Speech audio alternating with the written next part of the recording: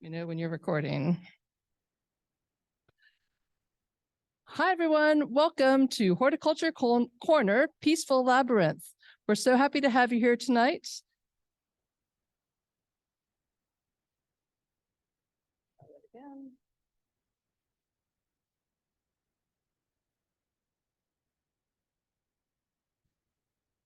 All right, take two. Welcome, everyone, to Horticulture Corner, Peaceful Labyrinth. We're so happy to have you here today for this wonderful program. I'd like to introduce the speakers today.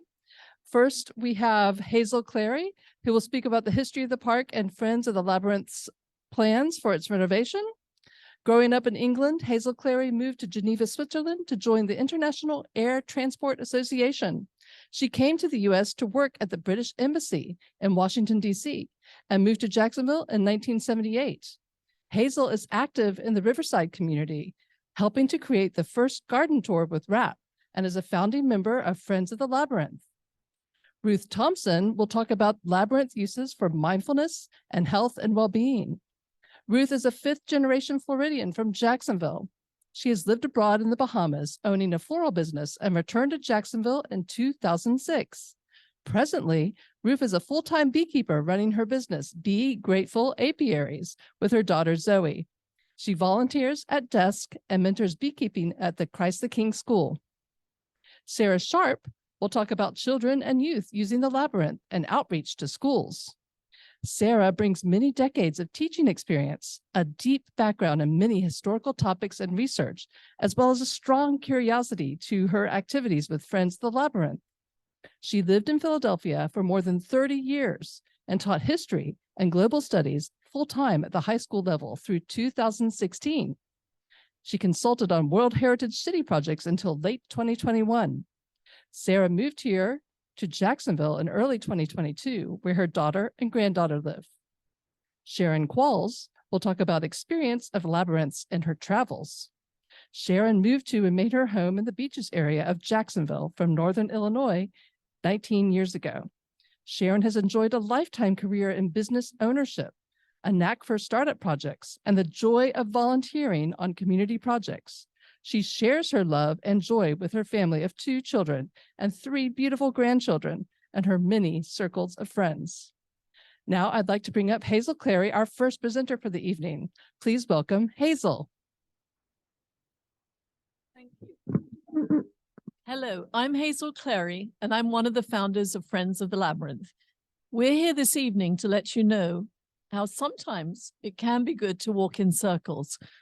I'll share the background to our story, which started in spring 2022.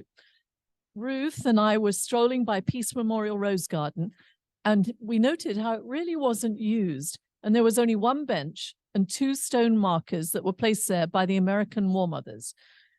Ruth immediately saw the park's potential and said, this would be an ideal place for a labyrinth. Now, I knew nothing about labyrinths, but Ruth sparked my curiosity, and I hope that this evening you'll feel the same and leave here with lots of knowledge about labyrinths and have as much enthusiasm for the project as our group does. Ruth's light bulb moment that day led us to a city parks meeting at City Hall, which, as luck would have it, was being held the following day. After proposing the plan, it was met with eagerness, and we were asked to continue with the venture as long as we had RAP's approval. RAP's board really liked the idea of our restoring the park, and we were told that Friends of the Labyrinth could work under them as a subcommittee. The Parks Department then gave us their full approval, and in May 2022, our fundraising efforts began. So here is what we know about the history of the park, and I realize that some of you may have more to add, and if so, we'd be really interested to hear from you after the presentation. To commemorate the end of the Second World War, the Garden Club wanted to create a space to channel peace and harmony. They chose a lovely area across from the Willow Branch Library, and the Garden Club members planted over 200 peace roses. The peace rose was considered a symbol of everlasting world peace. The park was dedicated at a ceremony in April 1951, and for a long time was celebrated in the community as a place of beauty and reflection. Unfortunately, now the park is just an open expanse and there are no longer any roses. When it was decided this would be the perfect place to build a labyrinth, we started our research and found that the most strolled through labyrinth in the world is the Chartres Labyrinth in the Chartres Cathedral in France. This labyrinth is more than 800 years old. We were drawn to its beautiful design because there is a rosette in the center, which we felt would symbolize and honor the park's original intent, that of a rose garden. So the Chartres replica was chosen. It will be 40 feet wide, ADA compliant, and will reflect the brickwork in our historic area in the colors red and gray.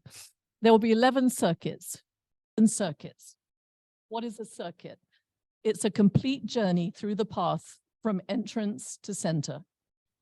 Lad Roberts, a local architect, joined our committee and donated his time to create a site plan that would encompass the stone labyrinth with 3 pathways of engraved bricks leading to it. Small park, big ideas. There will be 3 phases to our project. The first, which we've been working on since May 2022, is to have the labyrinth built and installed. Our endeavors to date have raised $77,000 towards the $234,000 that we need to complete the build. Stage 2 will be landscaping the park. There will be undoubtedly some roses, sponsored plant beds, greenery, and low upkeep landscaping that will add to the serenity of the park. Art will comprise phase 3. A committee of artists will nominate artwork and sculpture that will be chosen to blend with the park's theme. Once the labyrinth is built, Friends of the Labyrinth will donate it to the city, which will then continue the park's upkeep. But it won't stop there. Friends of the Labyrinth will continue to grow its membership. They'll stay stewards of the park, and there will be a park that the entire community will be encouraged to respect and protect. Committee and community members will continue to introduce new events to ensure the park will always be an inviting place for well-being. All of our parks were built to be enjoyed. They're a basic necessity in improving the quality of our life. I'm sure you'll agree. A labyrinth will add a tangible asset to our community that will encourage inclusion, not to mention becoming a great enhancement to our city's image. Parks are very powerful tools for cities. Having destination attractions in parks will always bring tourists and have a great economic impact to the city. Friends of the Labyrinth started this project, but it's something the entire community can be involved in and can take credit for. We know that a vision is realized through the interaction of many parts. The Peace Memorial Rose Garden Labyrinth will be a tool that everyone in Jacksonville will be able to utilize. It will create both happiness and well-being, and yes, physical fitness is important, but so is social and mental fitness.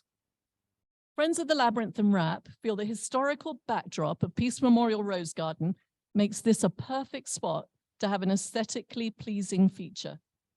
The Labyrinth will be handicapped accessible, providing value to our community and making sure everyone can enjoy outdoor space. It will serve as an invitation to the entire city and become a strong community builder. Pop-up labyrinths throughout the US are in great demand and are being rented to schools, churches, and hospitals. Companies are even using them in workshops to help their employees de-stress. There seems to be a growing demand for something that can create peace and calm. There's a sign by the Labyrinth in Wellington Park, Kentucky, that to me truly expresses our committee's thoughts. It says, no matter your gender, race, creed, or national origin, we all walk our paths together. The definition of a park is an area of land set aside for public use. There couldn't be a better use than what is planned for this park. So please help us spread the word. Let's rejuvenate the park together, so soon we'll all be able to enjoy the Labyrinth in Peace Memorial Rose Garden. And I'd now like to introduce Ruth Thompson, who will explain all of the benefits of using a labyrinth.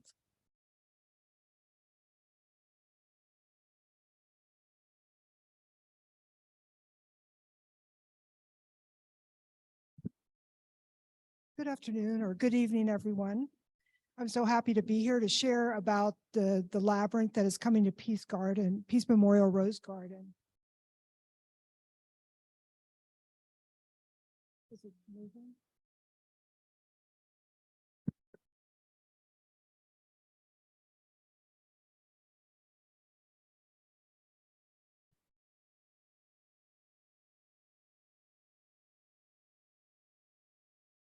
want me to just hit that? Okay.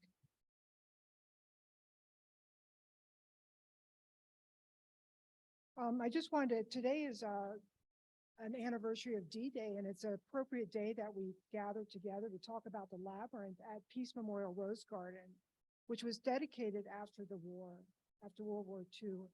And this is a picture that Hazel was showing about the planting of 200 roses at the park. We got this from the Jacksonville Historical Archives. And then talking about in the center, right now there's no roses at the garden. Okay, sorry. Now there's no roses in the garden, but in the center of the labyrinth is a rosette, which will symbolize the 200 roses that were planted as a memorial. And this is the picture we have on the table that you can look at that shows the layout of the labyrinth at the corner of Mallory and Park Street. And that's the park actually goes between Cherry and Mallory Street. And I would like to talk about the labyrinth and the benefits that the labyrinth has for the community. How many, just a show of hands, how many people have walked a labyrinth? Oh, quite a lot. So did everyone have, when you walk the labyrinth, do you continue to walk? I know one person here walks it quite often, but how many people go back and have found labyrinths here in Jacksonville that you can walk? Oh, nice. So now in labyrinths are, I think the first one was built in 1987, but now there's hundreds of labyrinths around the country and the world. And they can be found in places like hospitals, schools. Just recently, West Riverside has a labyrinth in their playground. It can be found in, it's going to be found in a park. We're going to be one of the first labyrinths in Jacksonville to actually have in a public park. There are labyrinths in Jacksonville, but most of them are on private property. So this is an incredible, important movement to put it in a public place. We see them in religious institutions. They're in prisons. And why is it that people are going to the labyrinth or looking at the labyrinth? A labyrinth provides a place of relaxation and contemplation. It's a tool. And I'm not going to get into today the sacred geometry of the labyrinth because I feel like I almost failed geometry in high school. And I need someone with a little bit more understanding to explain it. But our experience with the labyrinth has been, we just meet the right people. It drew us in, and it's drawing people in, and people are inspired by the labyrinth because it's a peace, and it's in Peace Memorial Rose Garden, a peaceful and contemplative place. There's actually three elements that combine that we know of that helps people to relax.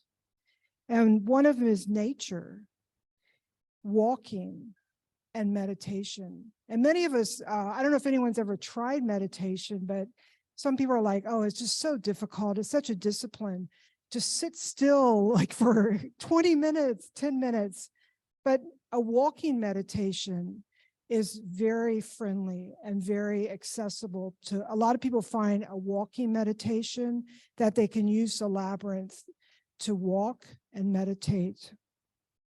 Henry Thoreau, who is one of my favorite authors and a transcendentalist, he said, I took a walk in nature and came out taller than the trees.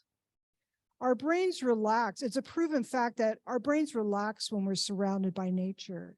And when we walk the labyrinth that is going to be in this beautiful park, our bodies can experience this relaxation. One of the big questions, but I mean, many of you have walked the labyrinth, so I don't think you would ask this question. But one of the big questions is it a maze? And a labyrinth and a maze are totally different. Maze has like many paths, many dead ends. It's kind of built to actually confuse the walker, like harder to get out of. But and there's dead ends. And sometimes like when they make these big corn mazes, they have to actually send someone in to find the person at the end of the day.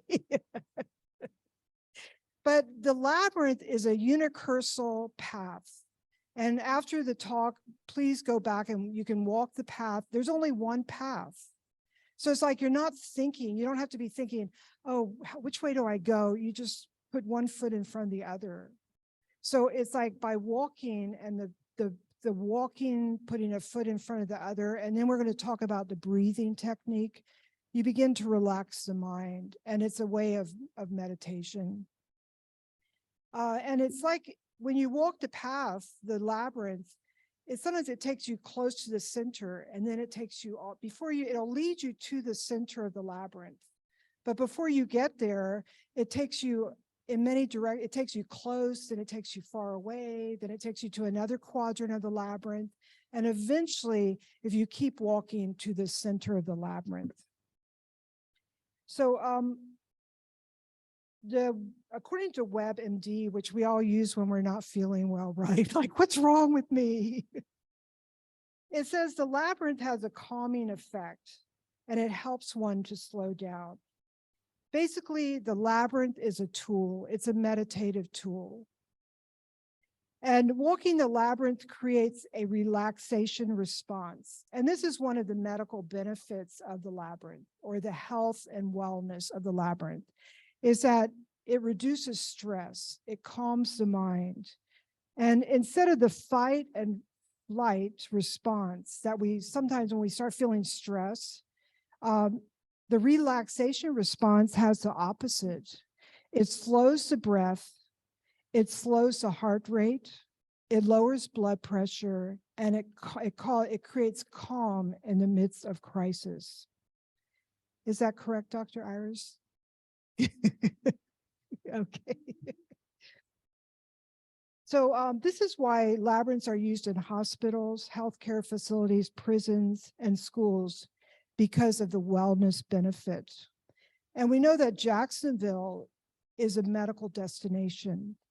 We have some of the Ackerman Cancer Center was one of the first proton therapy centers.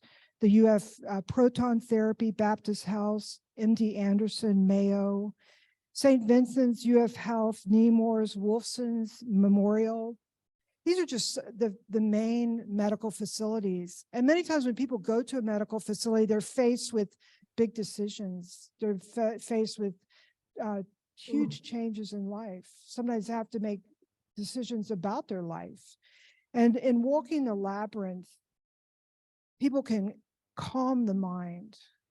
And when you calm the mind, you can begin to see an answer to your questions.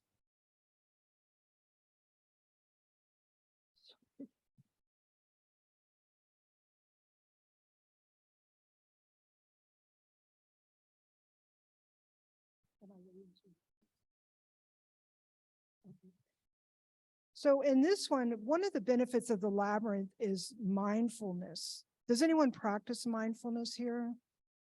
Or try to practice mindfulness? I try to practice mindfulness. But we can see, like, sometimes, like, one of the things I love about the labyrinth is that it quiets the mind. It creates a sense of sight, like where you can hear yourself. And the mind, I call it your original mind. And to me, that's where, like, the universal spirit dwells in each of us, and we can begin to hear it. And it helps us, instead of being, our mind is full. I found this fact, according to the National Foundation, the average person has 50,000 thoughts a day. I mean, right? You're like, it's like, that's the first picture. Your mind is just full. So many thoughts always coming. And even sometimes when you try to meditate, then you find yourself thinking, what am I going to cook for dinner? You know, like, who's going to pick up the kids? But it's like through walking the labyrinth, we begin to find mindfulness, where we're able to unplug. It's like there's so much noise in our mind and in the world today. I mean, even when you go to pump gas, what comes on? The TV at the pump. I'm like, oh my God, can we just have a moment of quiet? You know, turn the TV off, turn the radio off, and listen to our inner voice. And that's what the power, to me, is the power of the labyrinth.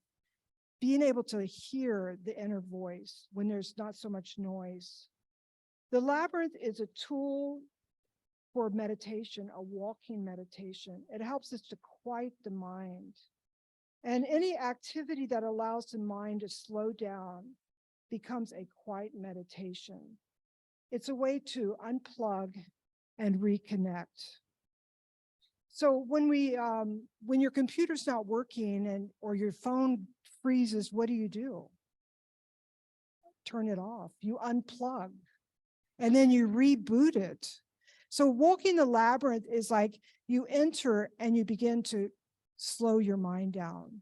You begin to filter out. It's almost like going through your emails, delete, file, move it here. It's not like you're trying to block out thoughts. You have to accept what's coming, but you say, delete it. It's not important. Delete it, file it for later. And then you come to a place of calmness, of quiet. Several years ago, I wanted to do meditation, and the person was like, oh, meditation takes years of discipline. And he goes, it's like years of discipline. But actually, you can begin to meditate in a matter of 4 minutes. Yes, the more you practice it, the better you become. But it's like through it's not like something that you have to spend years. You can start today. For me, the sitting meditation is very difficult. My mind still wanders, but in walking, does anyone do walking meditation? Yeah, isn't it? It's like you begin to walk and then breathe, and you begin to you begin to clear out the thoughts, and the important thoughts remain, or the questions you have, and answers begin to come from your original heart and mind. So there's many great thoughts are conceived while walking. That's why I walk the dogs every day, and I'm like, okay, I'm going to go out and pray now. I have to walk the dogs.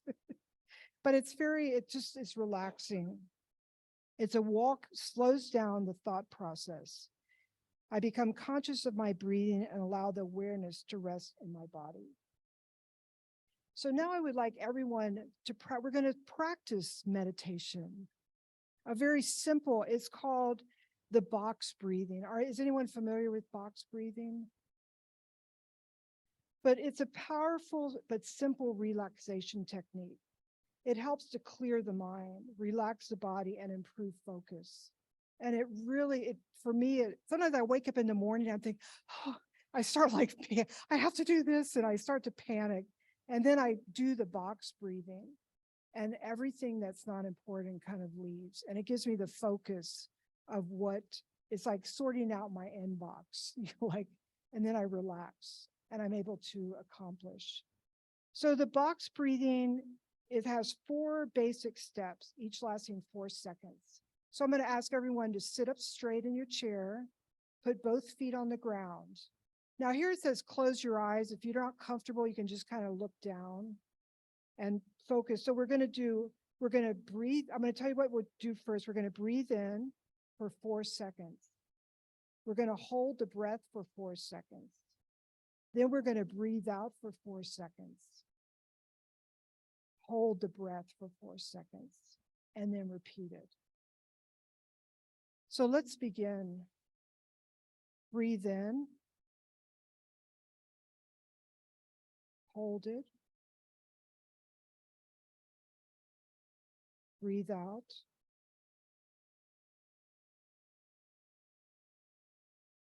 Hold the breath.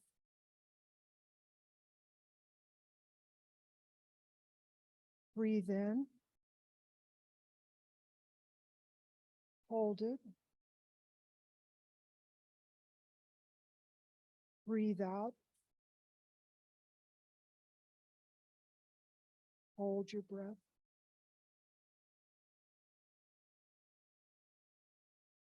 And you repeat this like 3 or 4 times. They say like 4 cycles of the box breathing. But when you were holding your breath, were you thinking of anything else? Like what to do, where I have to go? Oh, you hear your heart beating. You're like, oh, you're focused. The breath focuses you. And when you really think about it, in religious scripts, they talk about the breath of life, the breathing of life into the universe. Or if a person has passed out, one of the first questions is he still breathing? Like, the breath anchors us to the universe and to our life. And by this process, sometimes I'll be walking in Publix, the supermarket, the parking lot, and I do the box breathing. But I start looking at each person and I'm like, you just like, it focuses you in mindfulness. I'm there, I'm in the parking lot, I'm with these people. I'm grateful to be able to breathe. Like it just makes you aware of the moment and it gets out that mindful stuff out of your mind. The Labyrinth also builds community. It's a public park and it's different from there's people have it in like churches or synagogues, but in a public park, it's inclusive. Everyone feels welcome. It's like everyone comes together. And the Labyrinth, we have just been working on the project for 1 year. And in that 1 year, we've had so many community activities. We've had Tai Chi and yoga. The Tai Chi is still going every Sunday. It's at 9 o'clock and it's growing, the people that come. We have yoga. We've had community days where on World Labyrinth Day, we painted a labyrinth on the ground, and it also was a garden tour. And we walked as one at one. People came and walked the labyrinth all around the world. It was like a time around the world, people walking at 1 o'clock. We've had programs where Kelly has brought her sound bowls for the children. Sarah has brought with this Kelly education to the library with the children. And she's going to talk more. Dr. Sharp is going to talk more about that. The children just love the labyrinth. It's not all like serious. They run it. One kid, they run to the center, and then one kid said, "I've reached the portal." Like, yeah.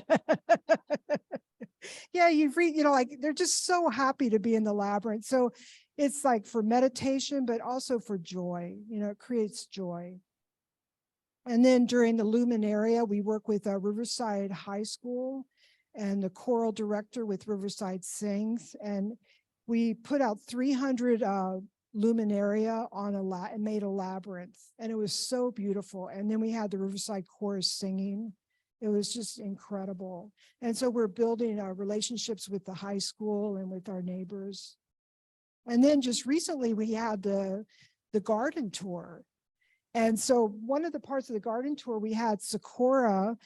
She came with her singing bowls.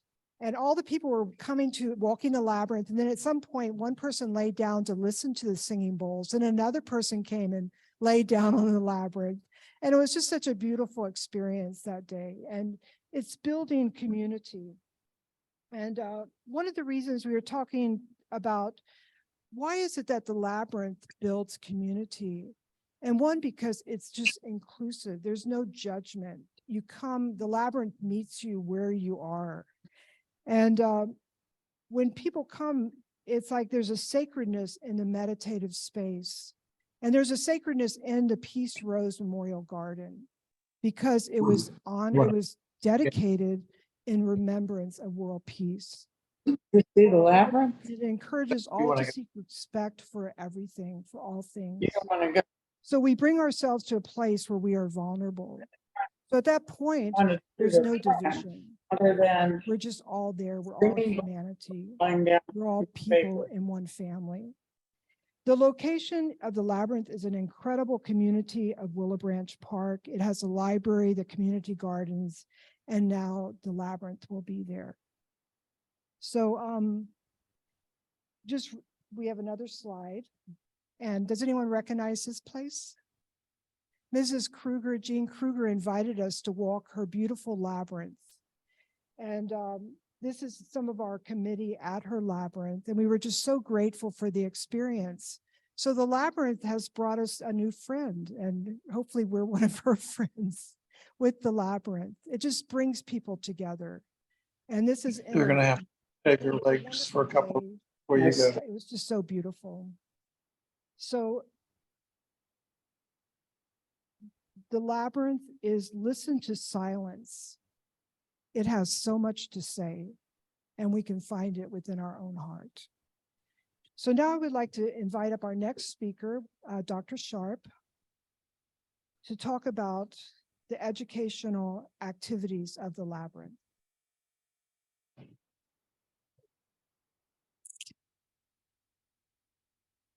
Are we muted? Hey, everyone.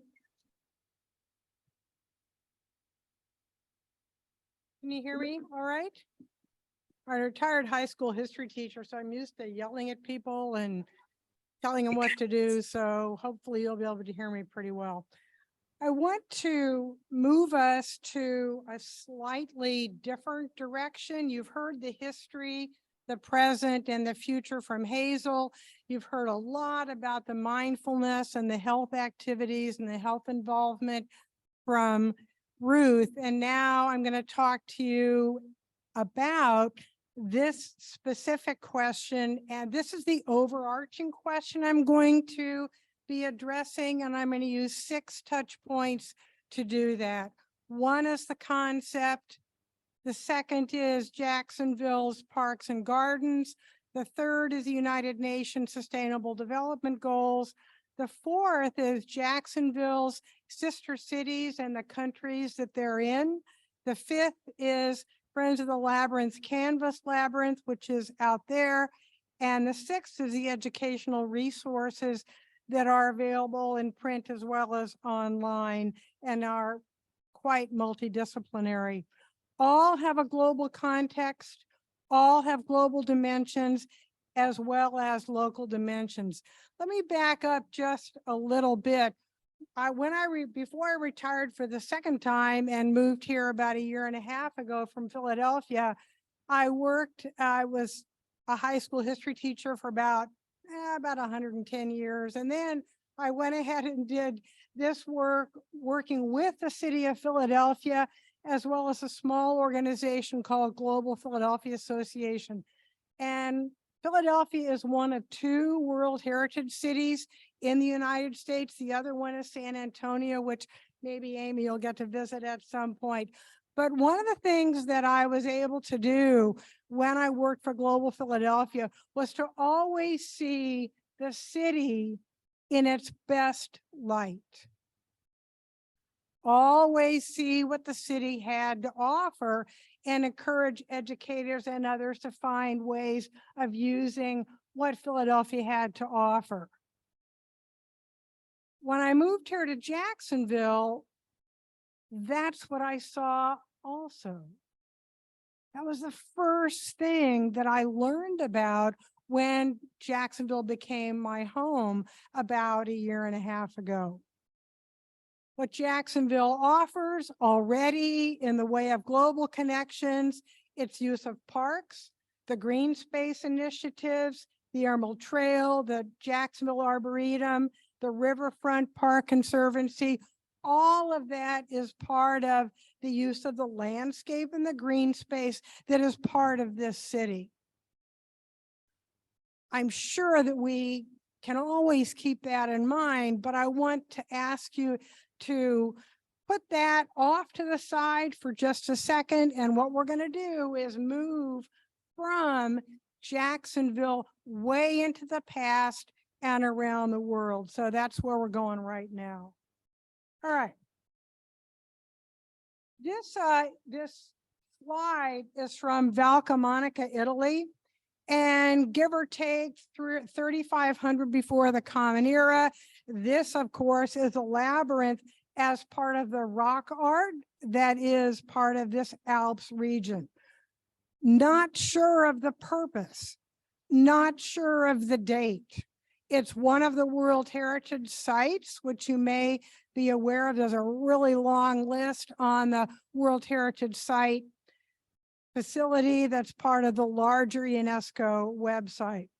But if you're interested, you can use something called the Worldwide Labyrinth Locator and dial in any city around the world, dial in any country that you're interested in, and you'll find that there are over 6,000 labyrinths around the world. Within a year's time or so, we'll have our permanent stone labyrinth in the park that both Hazel and Ruth have been helping you to get some of the information about. That labyrinth will be added to that 6,000 number, will be part of the larger global community. That's a really, really important point for all of us, for educators, for kids, for parents, for families, for everyone in the health community. And of course, Ruth made that very, very clear. Hazel made it very clear what the labyrinth will do to the neighborhood right within where she lives, actually right across the street from the Willow Branch Library. There are, of course, many different ways to reach back in time for educators here in our city. This is another labyrinth. I like to use this one because it's graffiti. It actually is on a paving slab, which is in a temple, Ptolemy era temple at Kom Ombo. And you can think of it again as graffiti. It's probably of Roman origin. It's in this temple right on the Nile River, maybe 150 BC, before the Common Era, something like that. But it automatically is multicultural because it was probably done by a Roman soldier in a Ptolemaic and Egyptian temple. Again, a thread that we can keep in mind as we go forward. One of the touch points I mentioned to you at the start of my presentation was Jacksonville's sister cities and the countries that they are in. There are 9 or so sister cities in relationship to Jacksonville. There aren't any labyrinths in those particular cities. However, there are hundreds and hundreds of labyrinths all on the Worldwide Labyrinth Locator that are in the countries where these cities are located. This particular one is in Rosario, Argentina. It's not old. It's not 350 BC. This was built in around 2017. It's across the street in Rosario. It's in a public park, and it's across the street from the Italian consulate right in Rosario, as well as a small courts building. As you can see, you recognize the style, right? That's the Chartres style. So again, it's automatically global. It's automatically multicultural. Another big point, and it's another touch point that Jacksonville will have as we further develop the stone labyrinth, the image of which is right back there.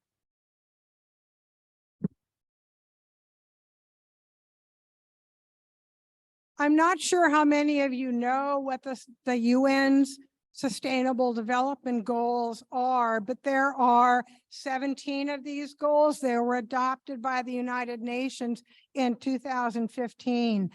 All of them together emphasize our interconnectedness as human beings. Everything that Hazel and Ruth have been talking about is mirrored within several of the Sustainable Development Goals. And there's 3 of them, and I want to address in particular. The United Nations hopes that the 17 Sustainable Development Goals will be achieved by 2030. If you know anything about the city of Philadelphia, there is a huge commitment to public art.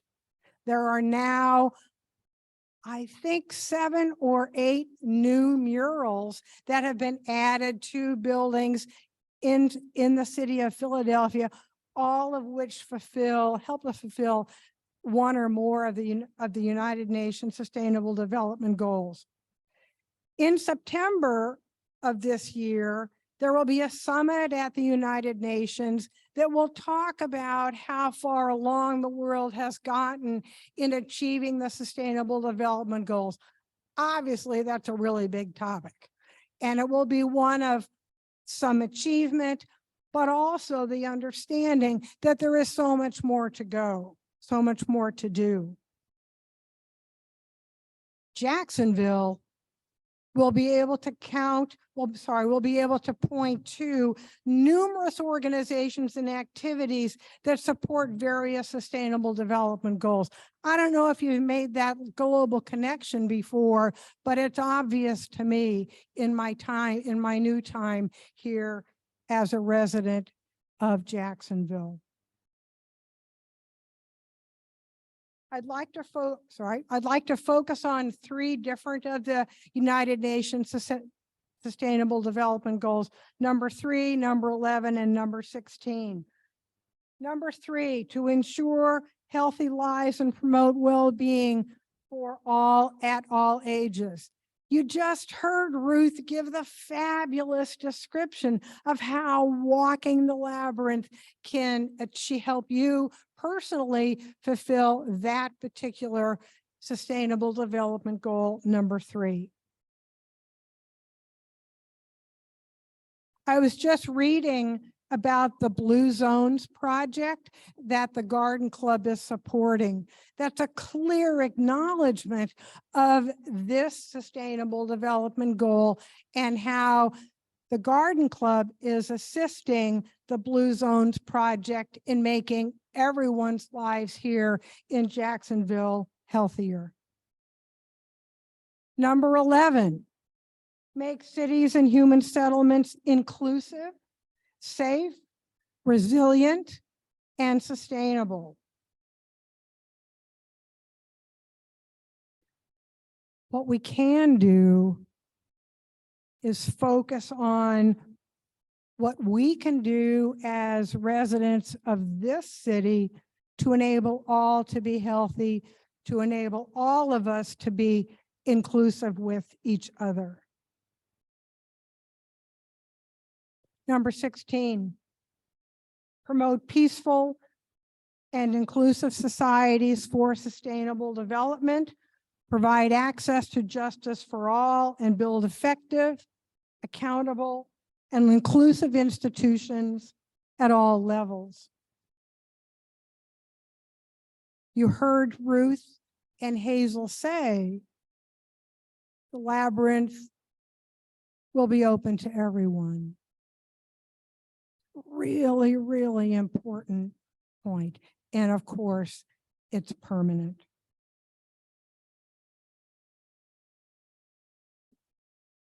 There are numerous opportunities for teachers across Duval County and the surrounding counties as well. I've already started to make some outreach to the schools, outreach to some of the summer camps to provide possibilities for their efforts.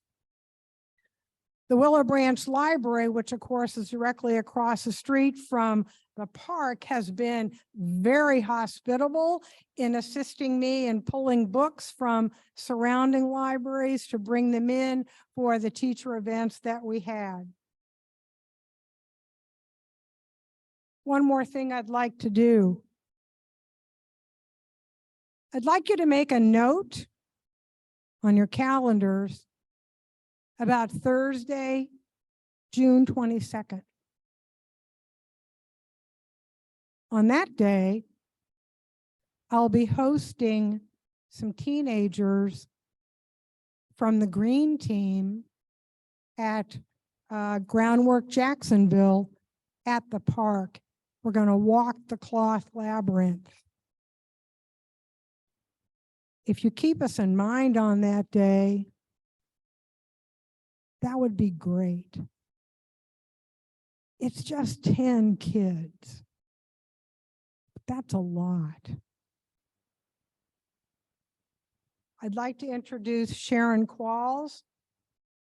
She's going to talk about her past and immediate interest in labyrinths, various types of labyrinths that she's walked and how she approaches the walking. Thank you very much.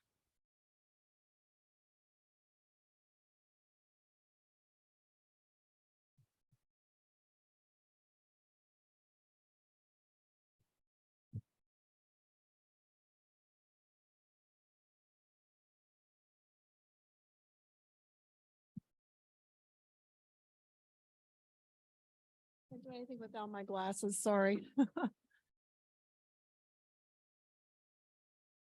We're very happy to be here. Thank you so much for inviting us, Denise, and the Garden Clubs of Jacksonville. My interest in the Friends of the Labyrinth project was really from a very personal nature. So, okay. The picture behind me is actually my friend Donna and myself. And the other picture on the side is women that Donna and I worked together with our Labyrinth project at the beach. So years ago, my dear friend Donna purchased a canvas labyrinth, similar to the one that we've created in our group. And Donna became trained to help people have an experience of walking a labyrinth. So these other friends and I would assist Donna in moving the portable labyrinth around. We would go to yoga studios and outdoor venues, and we invited the public to come and participate with us. So that was my initial interest. And I was at RAM one Saturday, and this table of information was out, and the person I was with said, "Did you see that stuff about the labyrinth?" And I said, "No." And so I walked over, and Anne was at the table that day. And that was about, I don't know, a year ago, maybe. And I've been involved ever since. It's just been, it was an instant draw for me. And in many ways, it was to honor my friend Donna. So although it's true that there is no right way or wrong way to walk a labyrinth, I'd like to share tonight some helpful hints for you. And actually this information came from the Christ Church Frederica in St. Simon's Island. There are 3 basic stages to the walk. There's the path to the center. There's a center. When you get there, pause for a while. And don't be afraid or too much in a hurry to go back. The path out of the center, the same path you walked in on. The path winds throughout and becomes a mirror for where you are in your life. It can help you see yourself more clearly. Tradition says it's called the 3-fold path. Releasing, letting go of the details of your life, shedding thoughts and emotions, quiets and empties your mind, a lot like what Ruth has already shared really well with us all. Illumination, when you reach the center, stay there as long as you like. It is a place of meditation and prayer. Receive what is there for you to receive. And then reunion, joining with God, with a higher power, or with the healing forces at the world. The healing forces at work in the world. So it's whatever you believe in is inclusive. The best way to learn about a labyrinth is to walk it with an open heart and an open mind, allowing your experience to guide you as to whether this will be useful as a tool for you. One way to walk the labyrinth is to choose to let all thought go and simply open yourself to the experience with gracious attention. Usually, but not always, a quieting of the mind happens in the first stage of the labyrinth walk. Another approach to the labyrinth walk is to consider a question. If you are seeking a clue to one of life's questions, you can concentrate on a particular question as you walk to the center. With an open heart and an open mind and being receptive to the new insights. You may ask a question, what is it that I need to know? What healing needs to happen?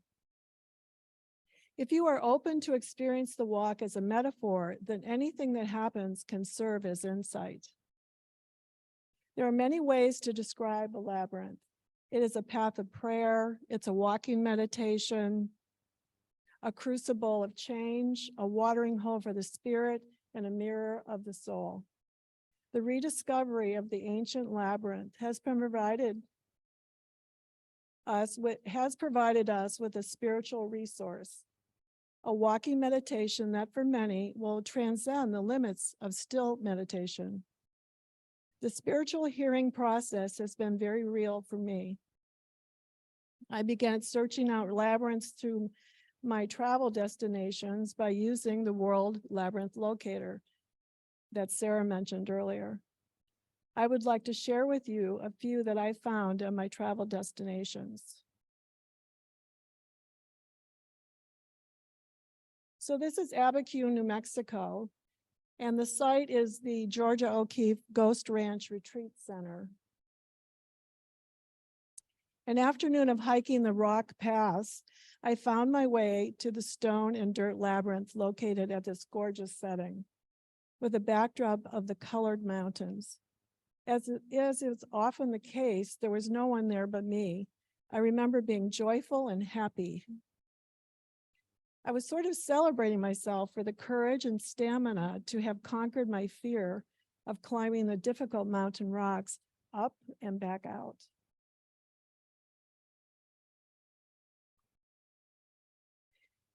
This is also New Mexico. It's Santa Fe. An an even more primitive labyrinth, much smaller and just as special.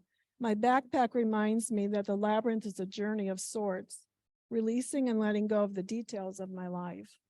As I begin to shed thoughts and emotions, my mind quiets and empties.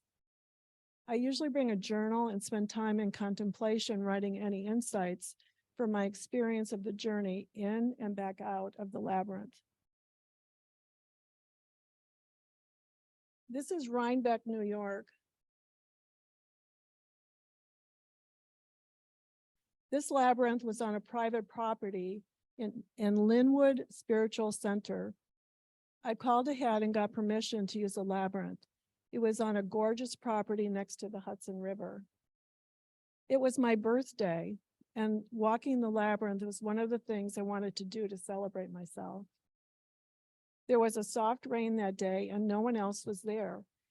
The opportunity to spend this quiet, contemplative time with myself was just wonderful.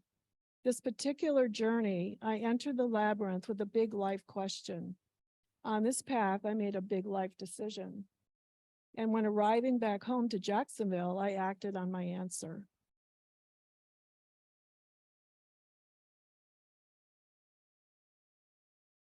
This is St. Simon's Island, Georgia, which is just up the road, as we know. This labyrinth is built in a forested setting. Stepping on the path at this labyrinth with an open mind and open heart, I just allowed for what the journey in and out would bring. I sat on the benches near the labyrinth and made notes of my insight.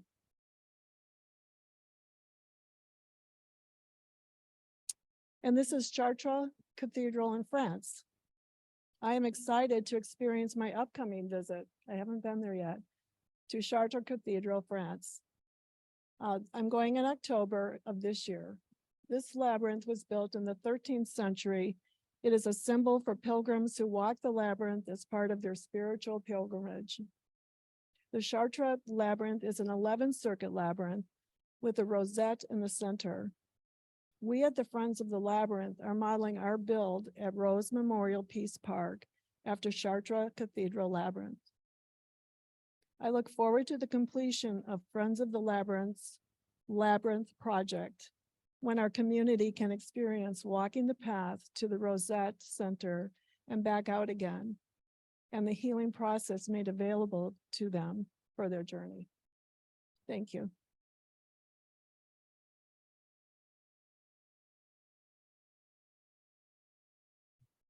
We've really enjoyed sharing our plans with you this evening. And we hope you'll want to join in the evolution of this park, either by volunteering, donating, or sharing your expertise. This is a great opportunity to work with the community towards the creation of one more wonderful addition to Jacksonville's exciting park system that will last for many years to come. Park beautification, as many of you know, is so rewarding. And we know that the landscaping phase will be especially exciting for Garden Club members. We'd like to introduce Anne Burt, who is our accountant and budget advisor, and she's going to answer questions with us this evening. And we'd love you to walk on our labyrinth. Thank you. All right, so if you have questions, Corinne is going to bring a microphone around to you, and I'll invite anyone who wants to be part of the Q&A to come up here and start fielding questions. I'm also going to put this so we can get full screen with the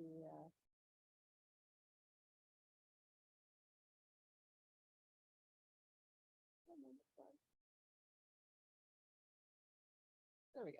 So we can see the speakers full screen. All right. So if you have a question, please raise your hand and Corinne will come to you, and please come up and start fielding questions. And I'm going to go to the Zoom and see what questions we have on Zoom. Raise your hand.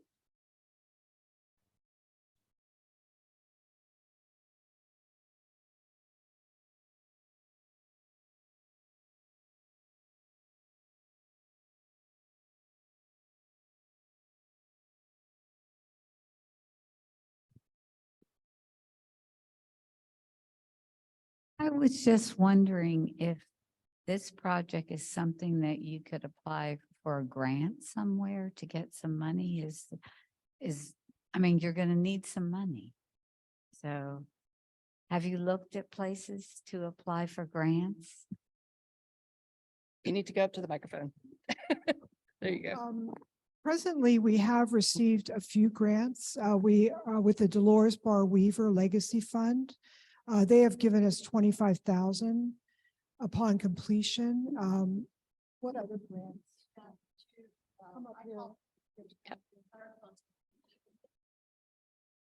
We have a pledge grant from the Dolores Weaver for $25,000. We have to raise the other funds. We've gotten two $5,000 donations from JM Family. We have been sponsored, I guess. We've gotten McCrary Corporation has had fundraising for us.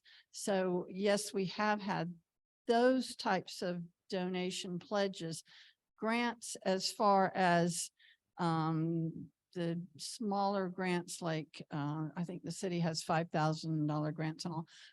We have not put in for grants. The problem with grants is they have timelines, and unless they want to give us the full amount we need, so we know how, I mean, we could then have it done.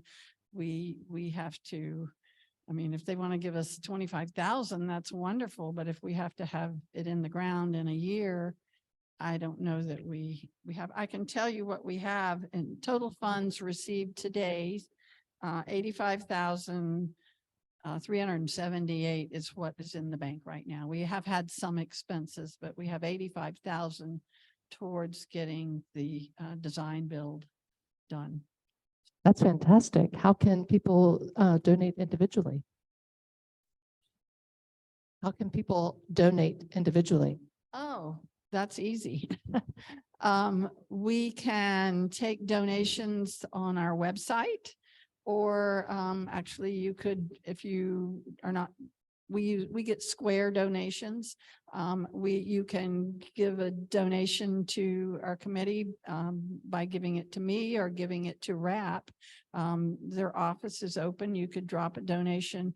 Be sure you designate it for the Labyrinth, though, because RAP accepts donations for a lot of things, and we want to make sure that if you mean for it to go to the Labyrinth, that it does come to us. Or you could mail a check, I guess, to Labyrinth. But you can go on our website and donate. It's, what is it, FOL Peace Park? Yeah, FOLpeacepark.com. Yeah, and we'll add that to the blog that we'll post as well, so people can go to it. We'll add it to the blog as well, so people can click on it and go directly there. Pick up information over there about donating. Yeah. Any other questions from the audience? Hi, a personally pertinent question. What do you think is the youngest age that this is appropriate for and not appropriate for? It was really sad that I couldn't find my pictures with my granddaughter. But I was in North Carolina in the Raleigh area walking a labyrinth with my granddaughter, who was 5 at the time. And she so got it. I mean, she just was happy and, you know, just in her space, mental space with herself, walking and very happy. I've noticed at RAM one Saturday, we had the portable labyrinth out and the kids just loved it.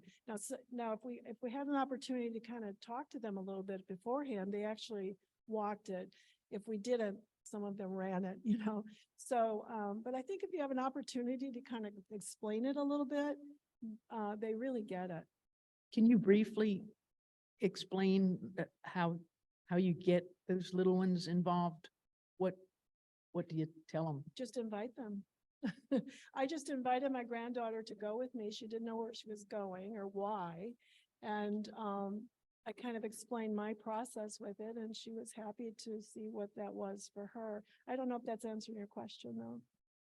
I'm happy to add a little bit more to that. One of the things I didn't get to in my presentation, and I wanted to do it as a follow-up, let me just mention 3 or 4 opportunities that educators can use across grade level and across disciplines. For example, teachers could absolutely compare and contrast local and global approaches to recreation and the use of outdoor spaces, the use of natural surroundings. So children in elementary grades absolutely could do very well with a bit of intro in the classroom, maybe some use of the Worldwide Labyrinth locator, for example, then coming to the space and, walking, and then also, this may sound heretical, but I'm going to throw it out there anyway, using their phones to access the Worldwide Labyrinth locator and plug in a city or a country, maybe where their grandparents live, and automatically make a global connection with the local opportunity. So move from the local, move from the known to the unknown to the global. Young kids, young children could also build timelines for trying to understand when and where labyrinths have existed in the past, much like I was showing you a couple of examples. We could also create math and engineering activities to understand the length, circumference, measuring units for the pathways. All of that is absolutely supportable within the building of the labyrinth at Peace Memorial Rose Garden Park. It's also, again, think some more about interdisciplinary activities, the possibility of creating dance and movement activities as part of labyrinth interaction, right back where Sharon was taking you a few minutes ago. Teachers and their young people could create temporary outdoor or indoor labyrinths using, for example, stones, using canned goods that then might be given to the Downtown Ecumenical Services Council or another organization, laying out bird seed in the path of a labyrinth and then sitting back and just kind of watching what happens when the birds come, using chalk, using string. There are also tabletop or finger labyrinths that can be created with paper, with glitter, with paints. A class could create an outdoor labyrinth and then involve the rest of the school community where the young people's grade is, or invite a portion of the school community neighborhood to come onto the school grounds and be part of the canned goods labyrinth or some other type. Those are just some ideas.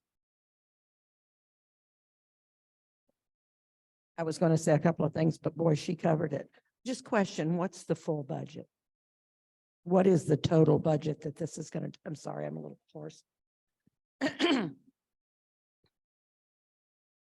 It's more than you think.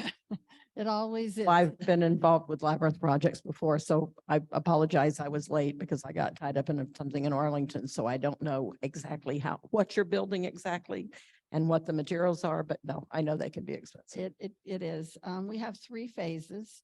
Phase 1 is design and installation.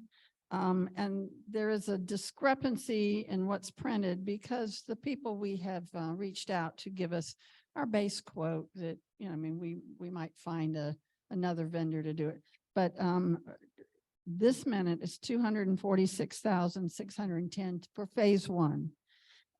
We have committed, we have gotten 85,300. We still need 162,000 to do phase 1. We have, we believe we can do phase 2, which is landscaping the park for the rest of the park. There is some beginning landscaping in phase 1, needed landscaping, but phase 2 would be 25,000.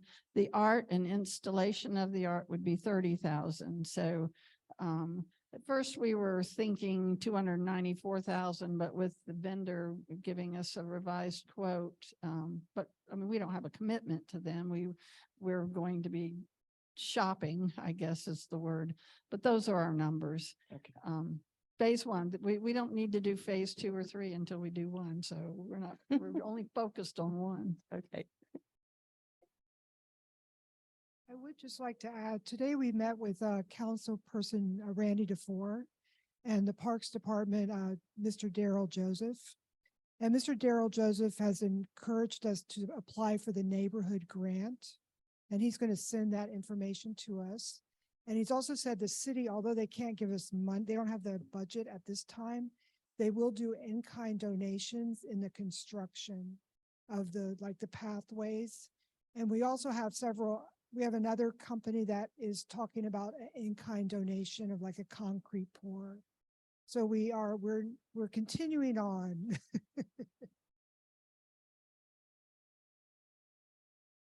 All right, I don't want to cut it off, but I know that people are interested in walking the labyrinth that's here. So if I could ask everybody to come up and just give everybody another round of applause.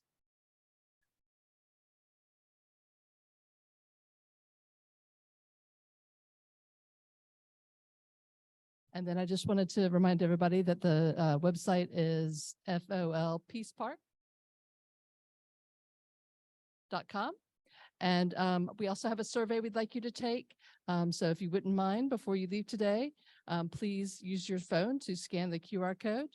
If you're on the Zoom, you can do that with your phone as well. We will send you the link tomorrow, but we'd like you to go ahead and do it today if you can. And thank you so much for coming out tonight. Enjoy the rest of the evening.